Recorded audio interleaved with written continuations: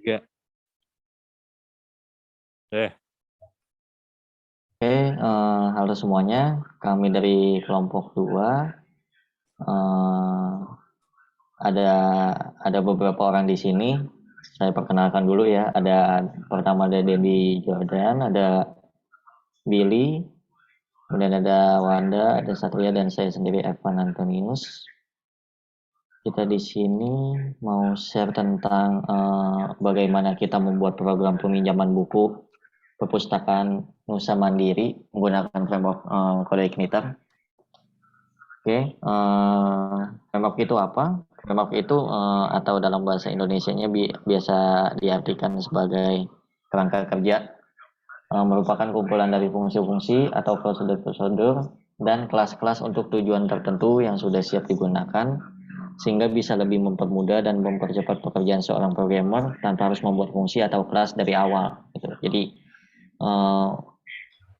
kalau misalnya biasanya kita di PHP natif, kita bikin dulu file-filenya, apa yang kita butuhkan, kalau framework udah disediakan. Gitu. Oke, lalu CodeIgniter itu apa? Nah, itu sebuah web aplikasi network yang bersifat open source dan digunakan untuk membangun aplikasi PHP secara dinamis. Nah, CodeIgniter itu salah satu framework yang dipunyain oleh PHP gitu. Ada macamnya lagi, misalnya kayak YII atau Laravel. Nah, salah satunya ini CodeIgniter juga kerangka kerja yang digunakan untuk bahasa pemrograman PHP. Oke, lalu pertanyaannya mengapa menggunakan framework itu? Tujuannya untuk apa? Yang pertama pasti memudahkan gitu.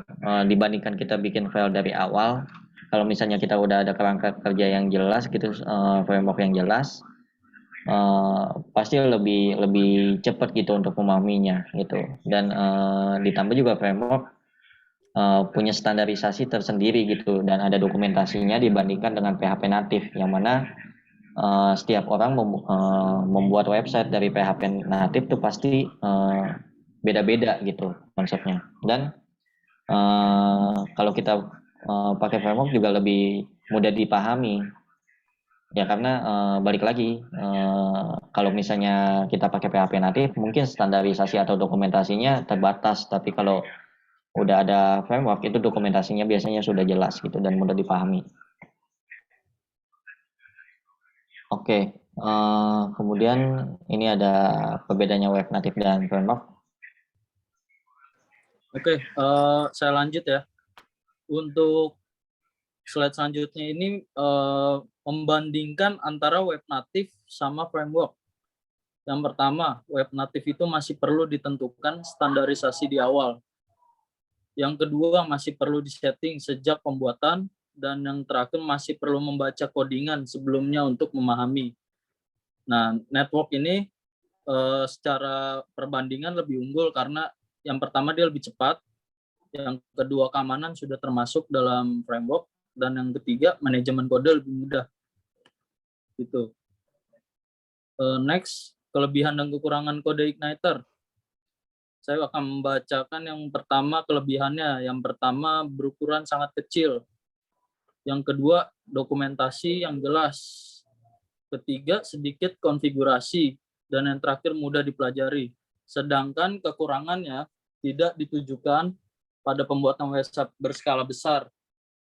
Yang kedua, library yang terbatas. Ketiga, templating manual. Dan yang keempat, tidak ada custom routing. Oke, kita langsung lanjut ke halaman program yang udah kelompok kami bikin tentang peminjaman buku perpustakaan. Ini ada simpel aja tampilan loginnya.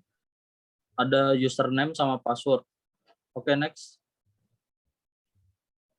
Nah, yang ini terjadi kalau text field pertama dan kedua itu tidak diisi. Tanpa diisi, lalu kita klik button masuk, hal ini yang akan terjadi. Dia akan muncul alert, ada email atau username harus diisi, dan password harus diisi. Next. Nah, kalau yang ini, kalau misalkan salah satu text field ada yang tidak sesuai dengan data yang sudah ada di database, dia akan ngasih alert password salah. Gitu. Oke, selanjutnya. Nah, ini ketika kita berhasil login, ini adalah dashboard-nya. Dashboard-nya kurang lebih seperti ini aja sih, simple. Ada buku yang isinya ada kategori buku dan buku, penulis, pinjaman, dan ada menu user admin juga.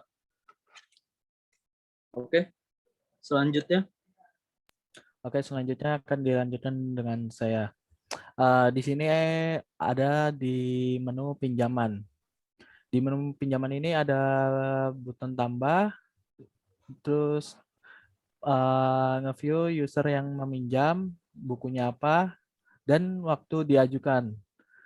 Untuk batas pengembaliannya ada di sini, dan sudah di tabel sudah dikembalikannya juga ada.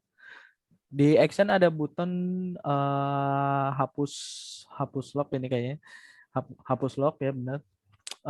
Terus di sini yang tanda centang ini adalah jika sudah dikembalikan. Oke. Nah, ini tadi adalah tampilan saat menambah pinjaman. Di sini user peminjam ini dipilih, terus bukunya dipilih juga yang mana nanti dia muncul list bukunya dan berapa hari yang akan dipinjam. Nanti akan tanggalnya akan muncul di batas waktunya. Lanjut. Lalu di sini ada di menu di user admin. Di user admin ini memunculkan user-user apa aja yang ingin meminjam sama ingin menjadi admin untuk mengelola web ini. Di sini ada button tambah, terus ada tabel name, username, email, role-nya apa, dan status aktif, statusnya, dan action-nya. Lanjut. Di sini ketika di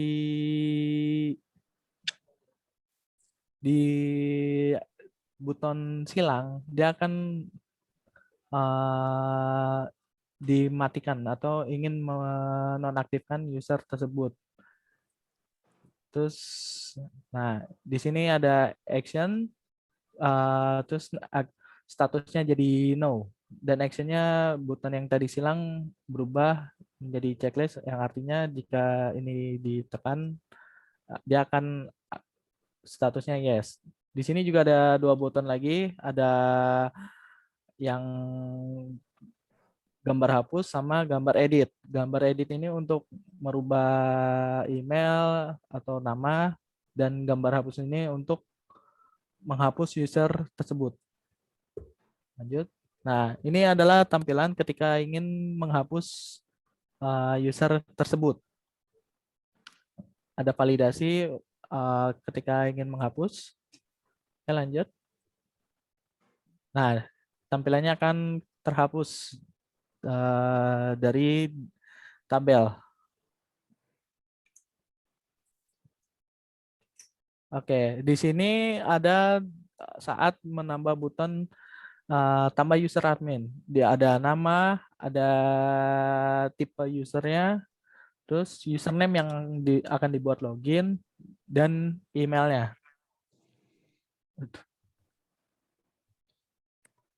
Save. Lanjut. Nah, ini ketika pilih admin, dia ada password sama repeat passwordnya. Nah, apa yang membedakan dengan user? User itu ubah user itu dia nggak bisa dirubah ininya, tipe usernya, hanya bisa nama sama login dan email. Lanjut.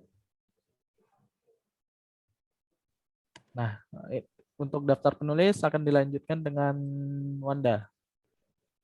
Oke, untuk slide selanjutnya ini saya akan jelaskan di menu penulis, yaitu daftar penulis. Di sini itu untuk menamakan nama penulis dan nama judul bukunya. Nah, untuk tambah penulis ini kita hanya mengisi manual nama penulisnya saja. Next. Oke, untuk daftar kategori buku, yaitu di sini bisa kita yang tadi kita input seperti ini munculnya biografi atau novel.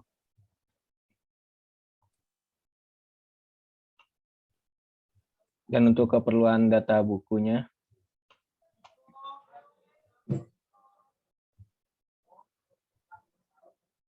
nah untuk menambahkan kategori buku itu yang tadi slide sebelumnya akan muncul seperti itu. Dan di input juga manual. Oke, next. Nah, akan muncul seperti ini. Dan di sini juga ada button edit ataupun hapus untuk kategori bukunya. Oke, next. Nah, untuk tambah buku ini seharusnya